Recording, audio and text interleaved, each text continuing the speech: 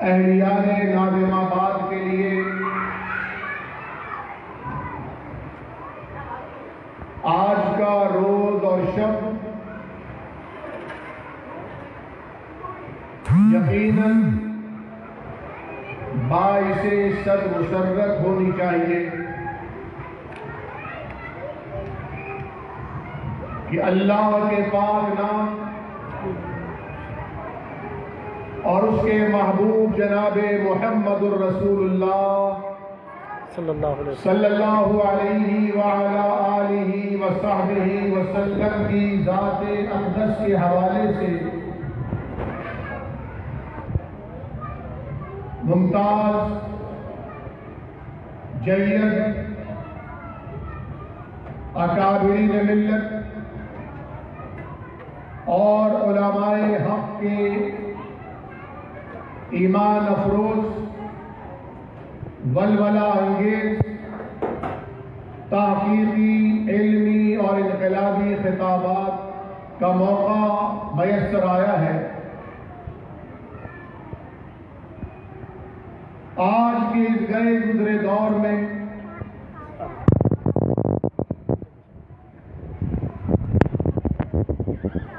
جبکہ عالم اسلام مسائل کا شکار ہے، خود وطن عزیز مشکلات میں گھرا ہے، ایسے میں اگر امید کی کوئی واحد کرن باقی ہے تو وہ یا قرآن ہے یا محمد الرسول اللہ کی ذات ہے۔ اور دراصل دعوت القرآن ہو یا سیرت النبی، یہ ایک ہی عنوان کے دو پہلو ہیں۔ اگر گفتار میں دیکھا جائے تو یہ قرآن ہے جو الف لام میم سے والناس تک تلاوت کیا جاتا ہے،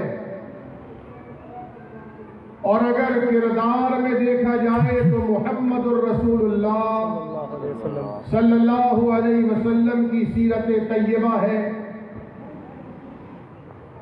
جب صدیقہ کائنات سیدہ عائشہ صدیقہ طاہرہ طیبہ عفیفہ رضی اللہ تعالی عنہا سے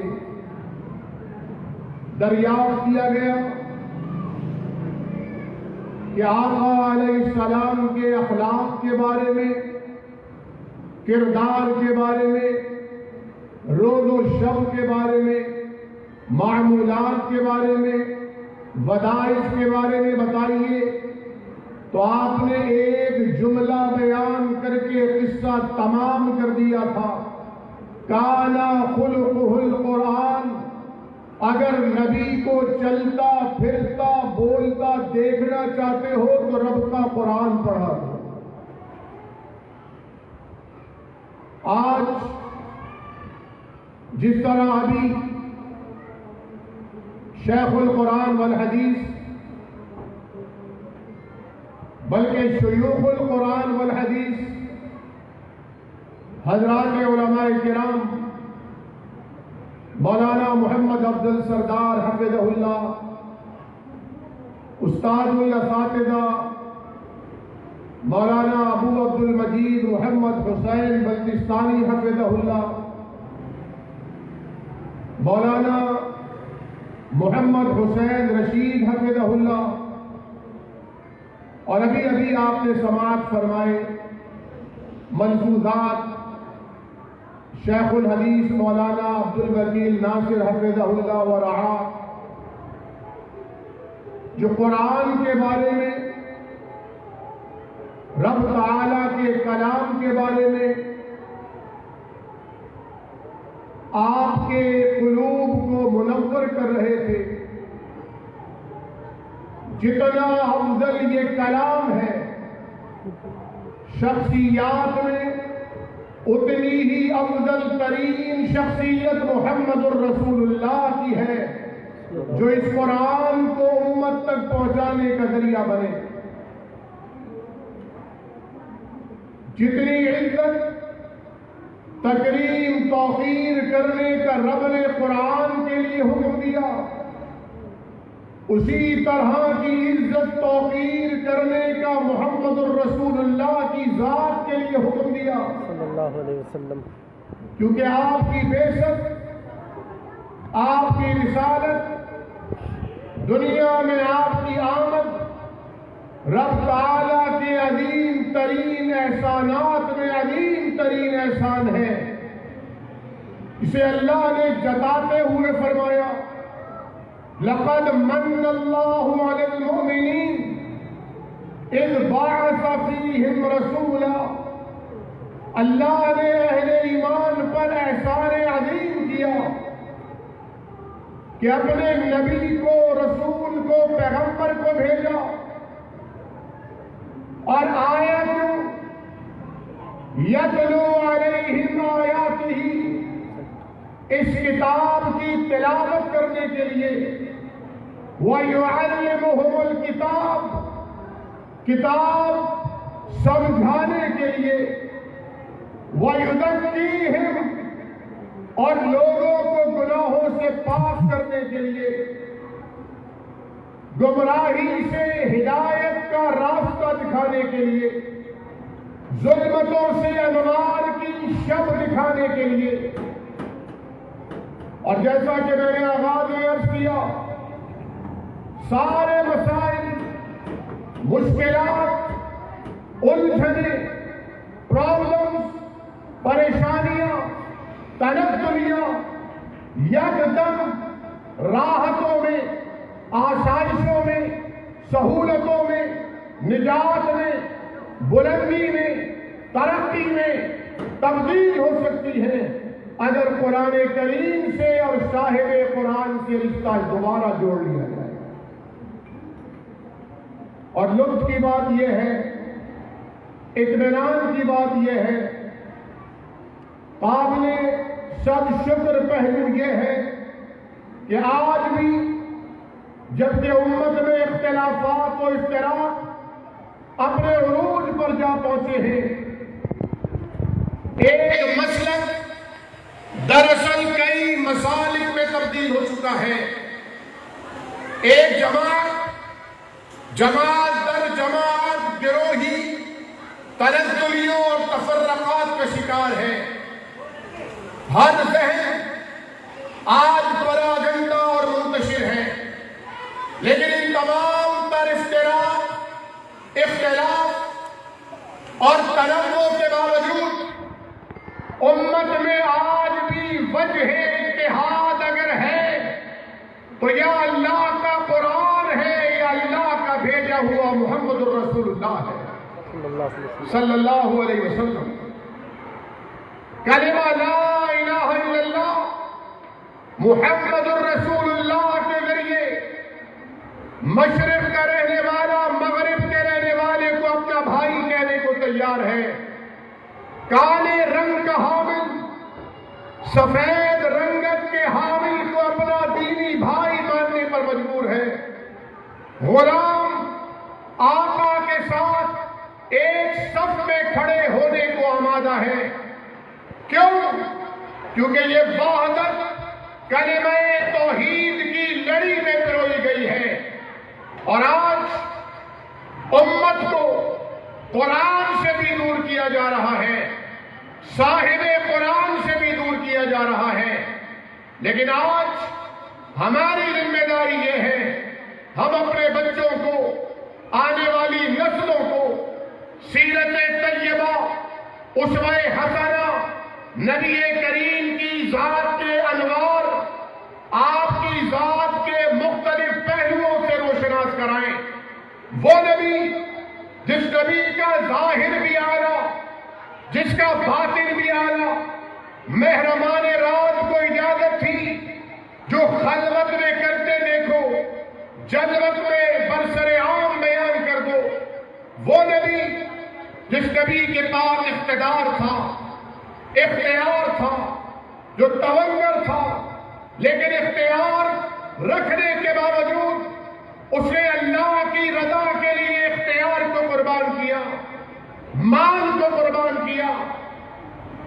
فقر اور فاقہ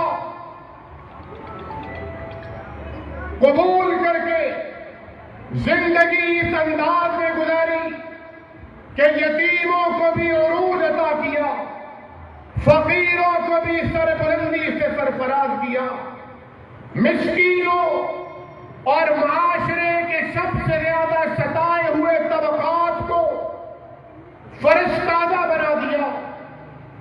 آج وہ کردار پیش کرنے کی ضرورت ہے جو نبی کریم صلی اللہ تعالی علیہ وسلم نے اپنی سیرت طیبہ سے پیش کیا۔ کوئی امیر آتا، کوئی غریب آتا، نبی کریم صلی اللہ علیہ وسلم کے انداز میں اطوار میں تبدیلی نہ دیکھ پاتا۔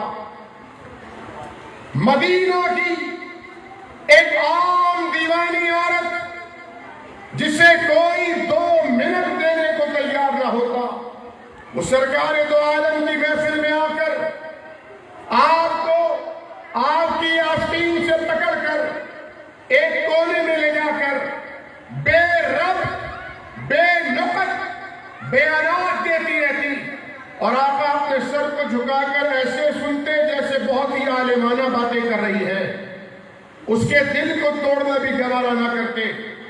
وہ نبی اللہ جنہوں نے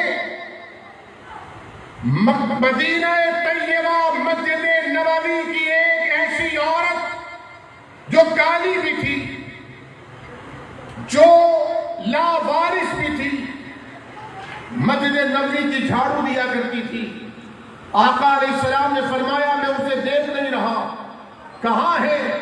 بتایا گیا اللہ کے ابھی بیمار تھی، فوت ہو گئی۔ آقا علیہ السلام نے فرمایا اللہ کے گھر کی خدمت کرنے والی تھی، مجھے بتایا کیوں نہیں؟ عرض کی اللہ کے حبیب آپ کے آرام کو میں خلل دینا مناسب نہیں سمجھا۔ آپ نے فرمایا کہ نہیں، دلونی علی قبرہا، مجھے اس کی قبر کے اوپر لے چلو۔ آپ اس لاوارث غریب مسکین کالی عورت کی قبر پر جا کر نماز جنازہ پڑھتے ہیں۔ آج ضرورت اس بات کی ہے ہم نبی کریم صلی اللہ علیہ وسلم کے کردار کو اپنائیں، جو جس سے ہاتھ ملاتے اس وقت تک ہاتھ نہ کھینچتے جب تک مصافحہ کرنے والا خود ہاتھ سے گیس کو ہلکا نہ کر دیتا، جن کے بارے میں اماں عائشہ نے فرمایا میں نے ہزاروں مسکراتے چہرے دیکھے لیکن اپنے محبوب سے زیادہ چہرہ مسکراتا ہوا کبھی کسی کا نہیں دیکھا۔ وہ جو مسجد نبوی میں جان نثاروں کی نشست میں تشریف فرما ہے، شمع رسالت کے ارد گرد پروانے جگمگاتے ہوئے موجود ہیں۔ ایک یہودی آتا ہے، گلوئے اتھر میں پڑی ہوئی چادر کو زور سے کھینچتا ہے، آپ کے گلوئے اتھر پر سرخ نشان نمودار ہوتا ہے، صحابہ کرام کے ہاتھ تلوار کے دستوں پر کپ کپانے لگتے ہیں، اشارہ امر ہو اس یہودی کا سر قلم کر دیا جائے، آقا علیہ السلام ہاتھ سے روکتے ہیں، آقا گستاخ کو سزا دینی ہے۔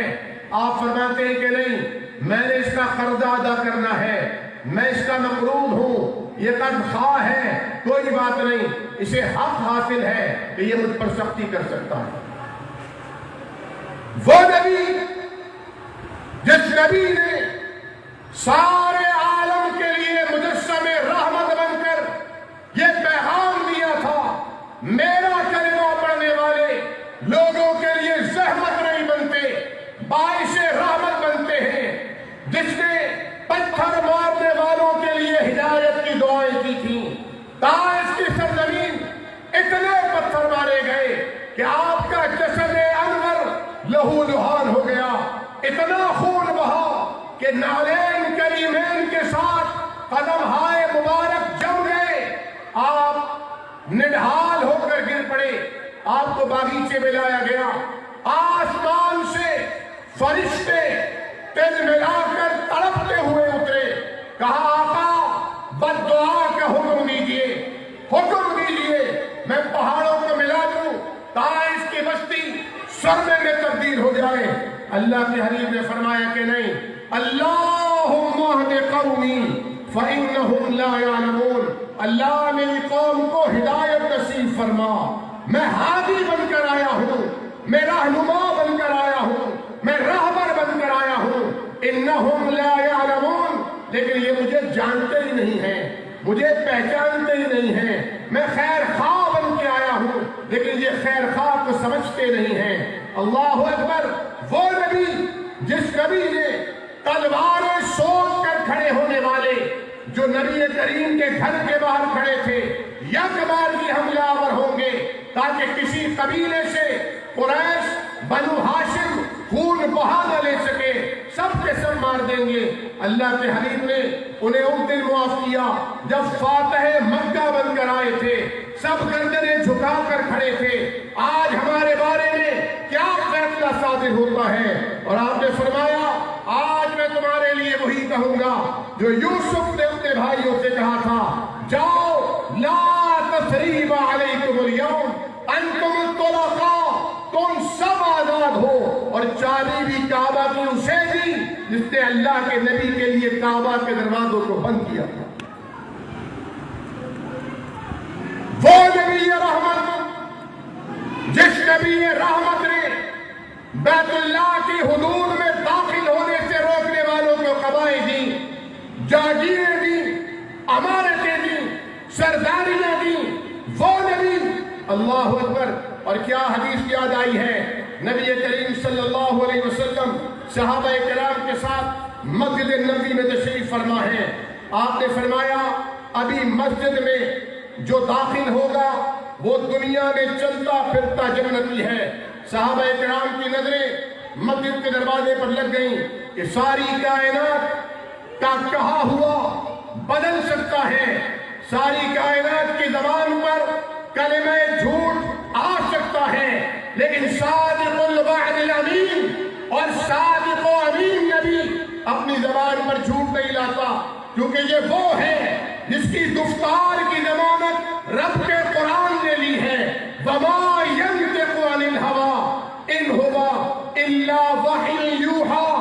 آمنہ کا لال دیکھنے میں آمنہ کا بیٹا ہے، در یتیم مکہ بتائے جانے کے لیے عبداللہ کا در یتیم ہے، لیکن یہ محمد بن عبداللہ کے بعد محمد الرسول اللہ ہے۔ اب یہ زبان سے اپنی خواہش سے نہیں بولتے، وہ بولتے ہیں جو حق تعالیٰ بلوانا چاہتا ہے، اور کردار کی ضمانت قرآن نے لی، لقد کان لکم فی رسول اللہ اسوۃ حسنہ۔ ان کی گفتار بھی اللہ کی گفتار ہے، ان کا کردار بھی اللہ کا پسندیدہ کردار ہے۔ اگر اسوہ حسنہ کوئی ہے، نمونہ عمل کوئی ہے، تو محمد الرسول اللہ کی ذات مبارکہ۔ صحابہ نے یقین کر لیا کیونکہ آپ کی بات سچی بات ہے، جھوٹی نہیں ہو سکتی، لیکن آج ہم کہنے کی حد تک تو یقین کر لیتے ہیں کہ ہمارا ایمان ہے کہ سب سے باتوں سے افضل نبی کی بات ہے، سب سے اعلیٰ نبی کا فرمان ہے، لیکن مجھے معاف کیجئے گا شاید ہمارا حقیقی طور پر اس پر ایمان نہیں۔ ایمان ہوتا جیسے مولانا عبدالوکیل ناصر صاحب فرما رہے تھے، اس بات پر بڑی ماں باپ فخر کرتے ہیں کہ ہمارا بچہ آئے کہتا ہے، فالنگ الفابیٹ بولتا ہے، آبا کاڈا سیکھ چکا ہے، پویم سنائی جاتی ہے، اس پر فخر کیا جاتا ہے، لیکن ماں باپ کو خود بھی پتہ نہیں اردو میں کینچی چل جاتی ہے، مرغی چل جاتی ہے، عربی میں قاف کو کاف کہو گے تو معنی تبدیل ہو جاتے ہیں۔ ایک ہے قلب، قلب قلب کے معنی دل، ایک ہے قلب۔ اگر قاف کو کاف سے پڑھا قلب بن گیا تو معنی ہوا کتا، معنی بدل گیا، معنی تبدیل۔ ایک ہے نصر، اذا جاء نصر اللہ والفتح، جب آئی اللہ کی طرف سے مدد اور فتح، اور ایک ہے نصر، سین نون سین را، نصر نصر اگر پڑھ لیا تو معنی ہوا گرد، معنی تبدیل ہو جاتا ہے۔ قرآن کریم میں 19 مقامات ہیں جہاں زبر زیر پیش بدل دیا جائے، لاحن جلی خفی کی غلطی کر دی جائے، معنی بدلتے ہیں، کفر لازم آنے کا خطرہ ہوتا ہے۔ یہ ضرورت اس بات کی اس طرح نشاندہی فرما رہے تھے کہ یہ نعمتیں غیر مترقبہ ہیں کہ آپ کے علاقے میں، آپ کی سوسائٹی میں، آپ کی کالونی، آپ کی گلی محلے میں حافظ عتیق الرحمان سلفی ایک مدرسہ کھول کے بیٹھے ہیں، اور مبارکباد کے مستحق ہیں وہ احباب جو ان کے ساتھ کھڑے ہیں، جو یمین و یسار بنے ہیں۔ حافظ صاحب آپ اکیلے نہیں، ہم آپ کے ساتھ ہیں، یقین جانیے یہ ہاتھ بوسہ لیے جانے کے حقدار ہیں، یہ ماتھے چومے جانے کے حقدار ہیں، کیونکہ ان کی نسبت قرآن سے جڑ گئی ہے، اور سارا کھیل نسبتوں کا ہے۔ آپ نے بازار سے کپڑا خریدا، اس کی جھاڑن بنائی، وہ جھاڑن زمین پر بھی جھاڑی جاتی ہے، کچرے کو جھاڑنے کے کام آتی ہے، آپ نے اسی کے کپڑے کا جزدان بنا دیا، وہ جزدان قرآن پر لپیٹا جاتا ہے، وہ جزدان اگر نیچے گر جائے، قرآن نہیں جزدان نیچے گرا ہے، آپ اسے بھی اٹھا کر فرد جذبات سے چوم لیتے ہیں۔ اس چومنے کا تعلق آپ کے جذبات کے ساتھ ہے، کیونکہ نسبت ہے۔ ایک ہی ماربل ہے، وہ آپ کے گھر کی دالان میں لگا ہے، ایک ماربل ہے جو مسجد میں لگا ہے، ایک ماربل پر جوتے سمیت چلتے ہیں، دوسرے ماربل پر جوتے اتار کر چلتے ہیں۔ کیوں؟ کیونکہ نسبت بدل گئی ہے۔ وہ ماربل عام گھر کی زینت بنا ہے، یہ ماربل اللہ کے گھر میں لگا ہے۔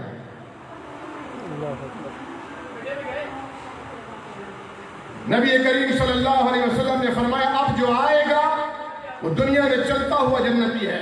میں عرض کر رہا تھا، انہوں نے یقین کیا، ہم ہوتے سن تو لیتے لیکن دل میں تذبذب آتا، دل میں ریب آتا، شک آتا، ابہام آتا، یار کیوں، کیسے، کیوں کہ، چنانچہ، جیسے ہمارے یہاں آتا ہے۔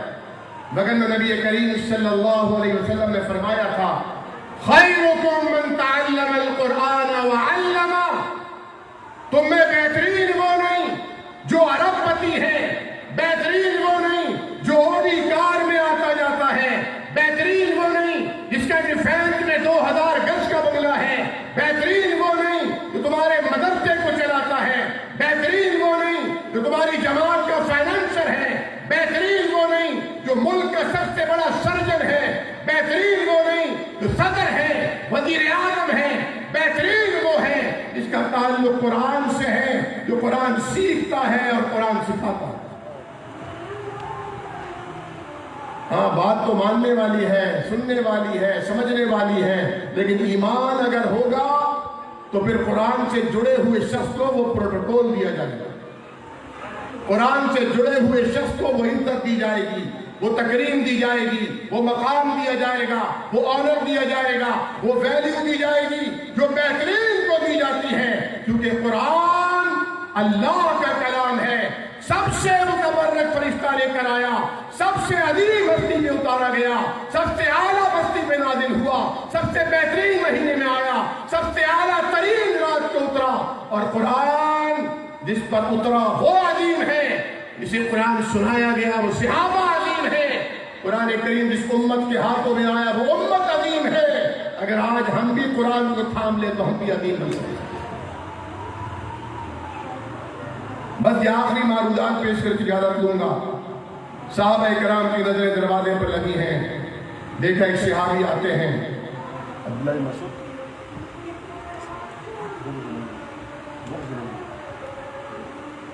صحابی آئے، وضو کا پانی ٹپک رہا ہے، داڑھی کے بالوں سے، زلفوں سے، الٹے ہاتھ میں چپل اٹھا رکھی ہے، سائڈ میں رکھی، تحیت المسجد کے ادائیگی کی، صحابہ رشک بھری نظروں سے دیکھ رہے ہیں۔ اللہ اکبر، نبی کی زبان نے اسے جنتی قرار دیا ہے۔ اگلا دن آیا، ایسی ہی محفل جمی تھی، حضور نے فرمایا اب جو مسجد سے داخل ہوگا وہ جنتی ہے۔ صحابہ پھر دیکھتے لگے، ہم میں دوسرا جنتی کون ہے؟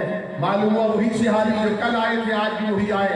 تیسرا دن آیا، اسی طرح کی مجلس تھی، حضور کو وہی سے بتایا گیا لو پھر آ رہے ہیں تمہارے جانشان۔ حضور نے پھر فرمایا اب جو بھی داخل ہوگا وہ جنتی ہے۔ پھر آئے عبداللہ بن مسعود رضی اللہ تعالیٰ عنہ، اللہ اکبر۔ صحابہ نے کہا یہ کیا معاملہ ہے؟ حضرت عبداللہ بن عمر رضی اللہ تعالیٰ عنہ سن رہے تھے۔ تہیہ کر لیا میں کھوج لگاؤں گا۔ ان کے گھر پہ گئے، دروازے پہ دستک دی، کہا کیسے آئے؟ کہا حضرت والد صاحب سے ذرا ناچاکی ہو گئی، کچھ دن آپ کے پاس ٹھہرنا چاہتا ہوں۔ کہا اچھی بات ہے، کوئی ایشو نہیں، آؤ آ کے بیٹھو اور ٹھہرو۔ کھانا کھایا، نماز عشاء پڑھی، سو گئے۔ تہجد میں اٹھے، یہ ساری رات جاگتے رہے، دیکھیں کیا کرتے ہیں کیا کرتے ہیں۔ کوئی خاص عمل نہیں کیا، تہجد پڑھی، ذکر اذکار کیے جو معمول کے مطابق صحابہ کرام کیا کرتے تھے۔ فجر کی نماز کے لیے مسجد گئے، گھر آ گئے، معمولات زندگی جس طرح چلتے ہیں چلائے۔ اچھا آج نہیں کیا ہوگا، کل دیکھتا ہوں۔ 3 دن حق کے مہمانی ہے، 3 دن تک کوئی ایسی بات سامنے نہیں آئی جس بات پر یہ خیال آئے کہ اس بات نے انہیں باقی صحابہ کرام کے ممتاز کیا۔ آخر کہنے لگے حضرت آپ نے میری وجہ سے اپنا کوئی عمل چھپا لیا، میری وجہ سے آپ نے اپنا کوئی عمل چھوڑ دیا۔ میں نے کہا نہیں کوئی عمل نہیں چھوڑا۔